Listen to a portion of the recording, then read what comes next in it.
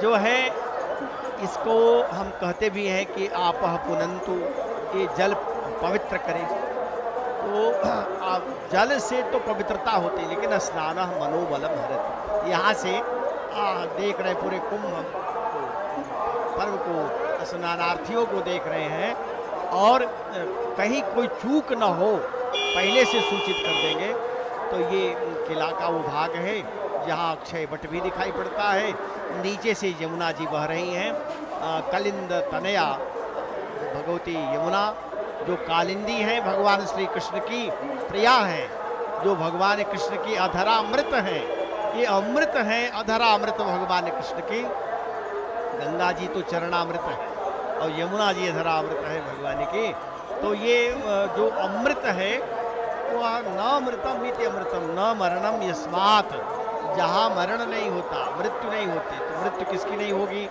आत्मा ही ऐसी है, न जायते मरियते वा कदाचित, नायम भूत्वा भविता वान भूया, अजो नित्यम शाश्वतो यम पुराण, न हन्यते हन्यमाने शरीरे। शरीर के नष्ट होने पर भी जो नहीं नष्ट होता वह कौन है? तो का आत्मा है। उस आत्मा का बोध होना, आत्म तत्व का ज्ञान होना, यही अमृतत्व की प्राप्ति है। भक्ति भी अमृत है। भक्ति को प्राप्त करना, भक्ति में डूबना, भक्ति में लयलीन होना भी अमृत ही है। निष्काम कर्म भी अमृत है। किसी कर्म की अपेक्षा न करता हुआ केवल स्नान, ध्यान और दान, इन तीन से ये त्रिकर्म है।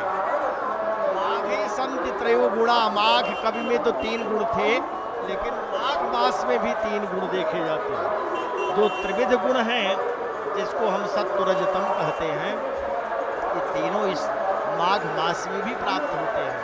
माघ का जो वो था वो तो 3 अलग अलग हैं, लेकिन ये माघ मास की जो विशेषता है, आज अंतिम ये माघ मास का दिन है, माघ पूर्णिमा है। इस दिन सुब्रत नाम के व्यक्ति को, सुब्रत एक ब्राह्मण थे जो नर्मदा के तट पर जन्म हुआ था, उन सुब्रत को कभी भी कोई पुण्य काम करने का अवसर नहीं मिला। जीवन पर्यंत उन्होंने धन का संचय किया, लेकिन जब मृत्यु नज़दीक आ गई तब उनको बोध हुआ कि अब हम क्या करें, हमारा धन तो चोरों के द्वारा हरण भी कर लिया गया। ऐसी स्थिति में सुब्रत ने 9 दिन नर्मदा स्नान किया था माघ मास में, और शरीर छूट गई। उनको उस समय स्वर्ग लोक की प्राप्ति हुई। पुनः जब पृथ्वी लोक में पुनः जन्म लिया, तब माघ मास पर्यंत यहाँ आकर के तीर्थराज प्रयाग में कल्पवास किया, नियम पूर्वक व्रत लिया।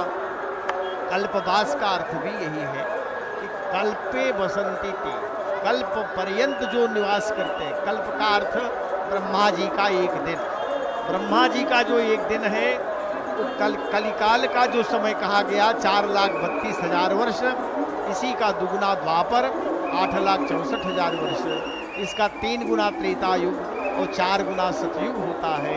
चारों युगों की एक चतुर्युगी होती है।